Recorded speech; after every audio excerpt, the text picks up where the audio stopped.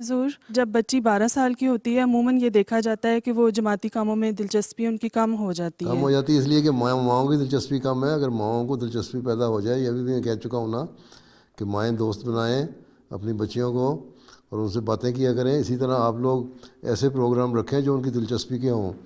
قرآن حدیث تو بے شک پڑھائیں، لیکن ان سے پوچھیں کہ اجلاسات میں تم لوگ آتے ہو، تم لوگ بتاؤ کہ تمہارے دلچسپی کے کیا پروگرام ہیں جو ہم کریں تو تم لوگ انٹرسٹ لو گے اور آیا کرو گے. اسی میں دینی پروگرام میں بدل کے تبدیل کر کے یا اس میں شامل کر کے اس کو تربیتی اور دینی پروگرام بنایا جا سکتا ہے. ایک تو ماؤں کو بھی تیز کریں، جیسا میں نے سیکٹری تربیت کو کہا تھا. جی بالکل انشاءاللہ. مائیں اگر صحیح اپنا رول ادا کر رہی ہیں تو لڑکیاں پھر ایکٹیو رہیں گی نا. مائیں پوچھتی کوئی نہیں، ان کو اپنے گھروں کی فرصت نہیں ملتی فراغت کی. بچیوں کو پوچھتا نہیں، اسکول جاتی ہیں واپس آ جاتی ہیں، وہ دنیا کے ماحول میں پڑھ رہی ہیں.